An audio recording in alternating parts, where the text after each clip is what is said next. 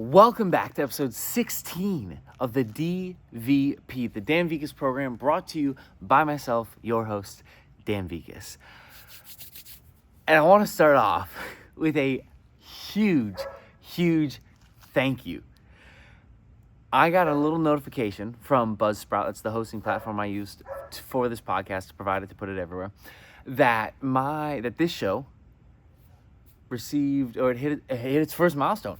25 downloaded episodes. Not listened to, downloaded. That means 25, either 25 people or the same person. I don't have that many shows, so it couldn't be the same person. But it could be the same, like 3 people downloading a bunch. That means 25 times someone decided, hey, this content, what you're talking about, was worth saving. This was worth keeping on me, so that I can listen to it, or at least go back and reference it one time. Or who knows, maybe they're saving it to laugh at it, and that's fine too. But 25 downloads. How insane is that? That's so freaking cool. And there's a weird version part of me that's like, don't acknowledge that. It's dumb. Not in the sense of it's not an accomplishment, but it's just like, I don't know, I don't feel like tooting my own horn. But this kind of ties into what we're going to talk about here today. Celebrate what God does, no matter how big or small it is. I mean, the fact that you woke up is celebration, or is reason enough for celebration. It's cause enough to jump with joy. The fact that you're breathing, we don't get today. We don't get tomorrow.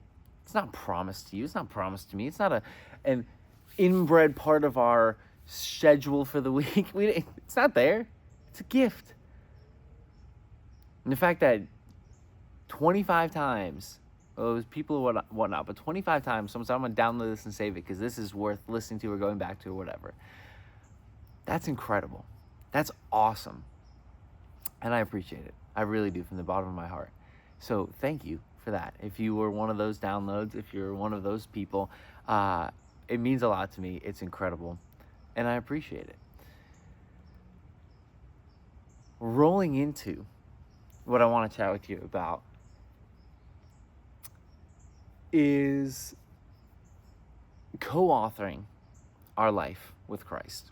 This idea of agency, this idea that if you're like me at all, there's been moments or situations where maybe you ask that question,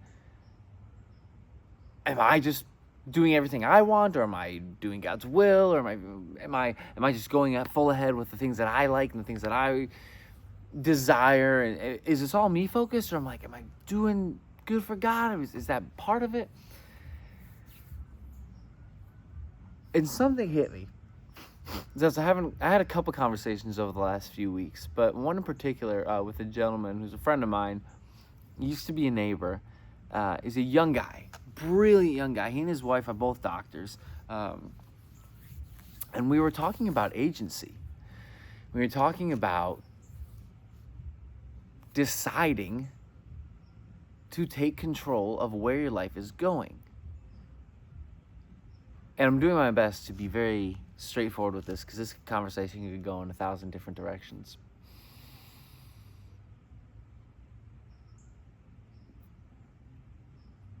There are enough things out in the world today that need energy, good or bad. They need energy to survive. And I don't mean that in some ethereal, hard to conceive way. I mean very literally. There's people who really struggle with the work they're on, and they need attention and energy to get them through what they're going through. There's someone who's trying to build something that's never been built before, and that person needs people's energy and attention in order to do what they need to do, whether it's the following or the sponsors, whatever. There are plenty of homes with children who need their parents' attention. There's always a need for energy and attention. If you do not orchestrate your days, if you do not organize what's happening, your energy will be taken from you. And it's not a matter of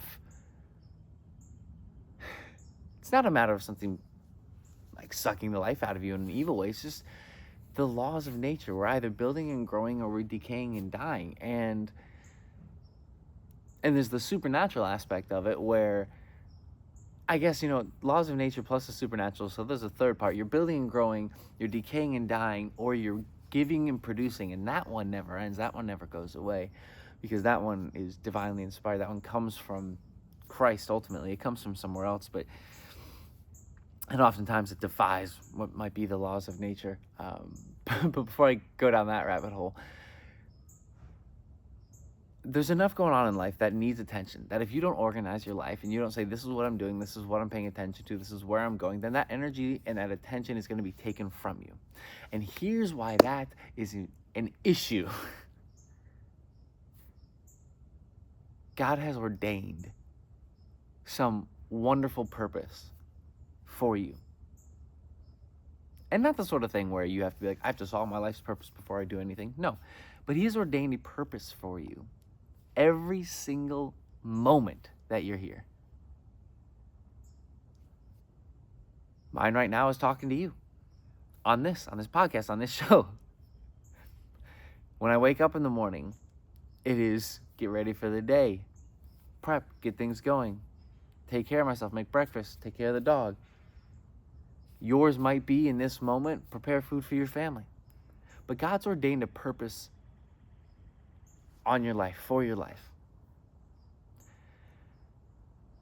And you don't have to have it all figured out,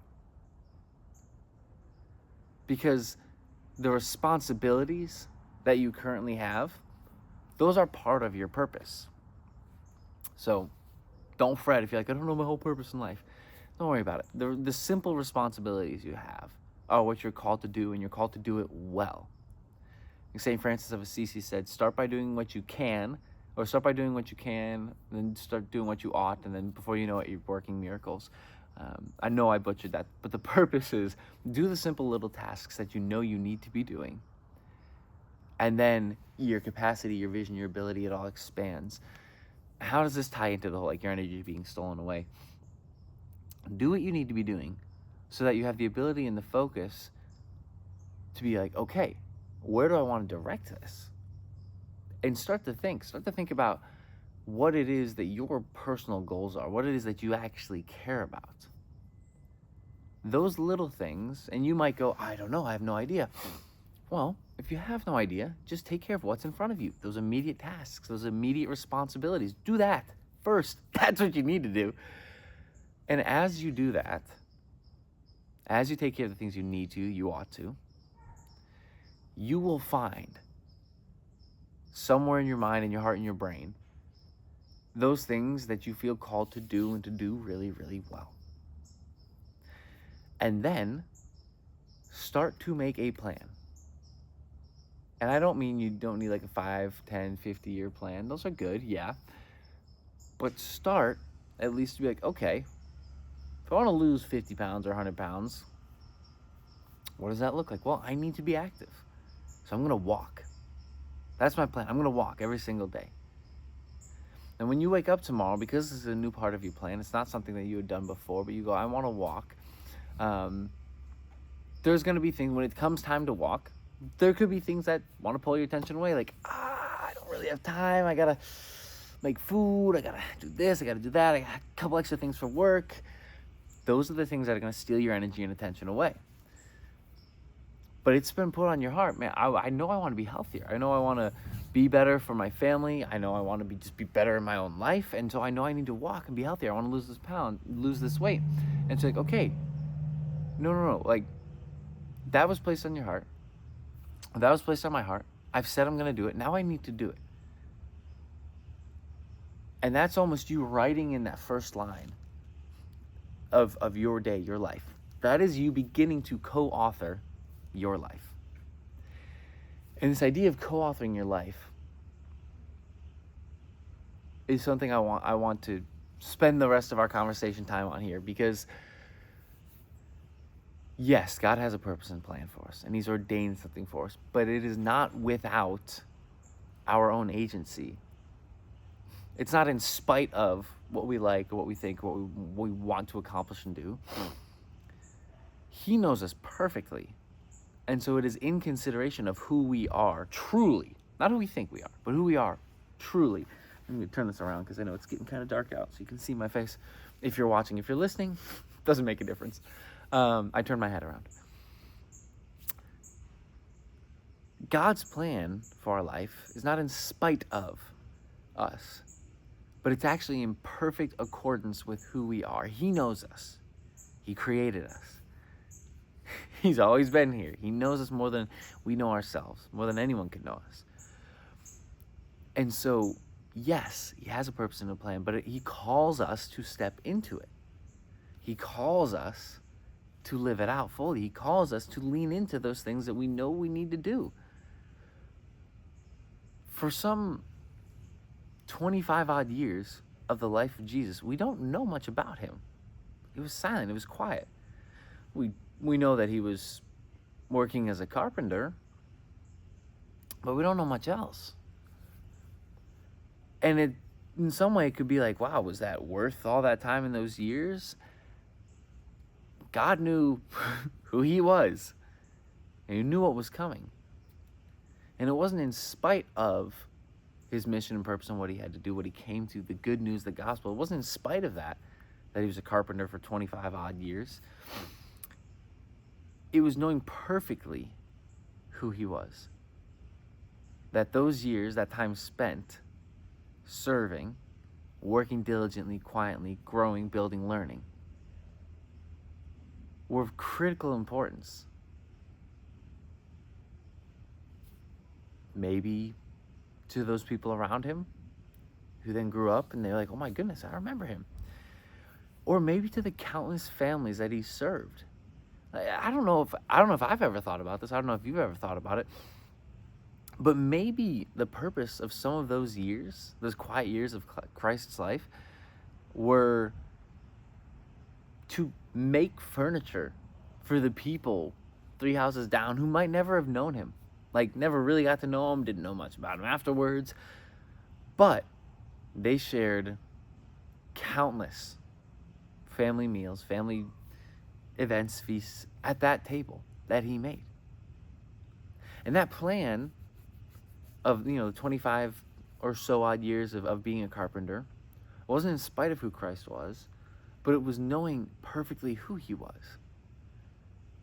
And that serving in a small way would one day, among the millions of things it did, but would one day serve as a reminder to us that the tiny little things matter. The almost insignificant things that might not be talked about, told about, they matter. Jesus Christ, God, the creator of the universe, spent over 2 decades working quietly away. And you and I can't make time to, sweep the floor, clean the kitchen, do diligently the stuff that we need to do that no one's going to hear or talk about. We need to pursue those things that we feel we've been called to. And so we need to make them a priority. We need to write them down. We need to say, okay, this is what I'm doing. This is why I'm here. I feel called to this, even if it's just lose weight. Maybe it's just, I need to start making dinner twice a week for my family. Whatever it is, we need to do that. And we need to prioritize that. You need to pick up that pen and go, God, okay, you've created me. And so I know you have a perfect plan for my life. I don't even have to know what that is, but I know in creating that perfect plan for my life, you've also ordained something on my heart. You've given me some passion, something, and again, not some passion. I don't want to use the word passion. You've given me a task to do today. You've given me a task that's on my heart. I'm going to prioritize that.